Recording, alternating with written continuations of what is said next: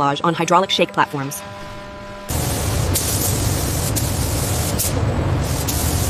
According to this, the warning label should be slightly lower. Let's double check the ID plate positioning before we finalize it. Is good. Confirmed. The system is online and calibrated.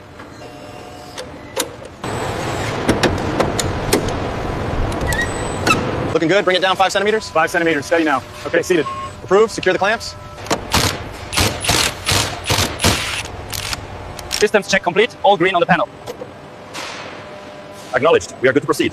Secure the locking clamps on the left Right side. side is secure. We have full power now. Diagnostics running. Look good so far, but monitor the auxiliary power levels closely.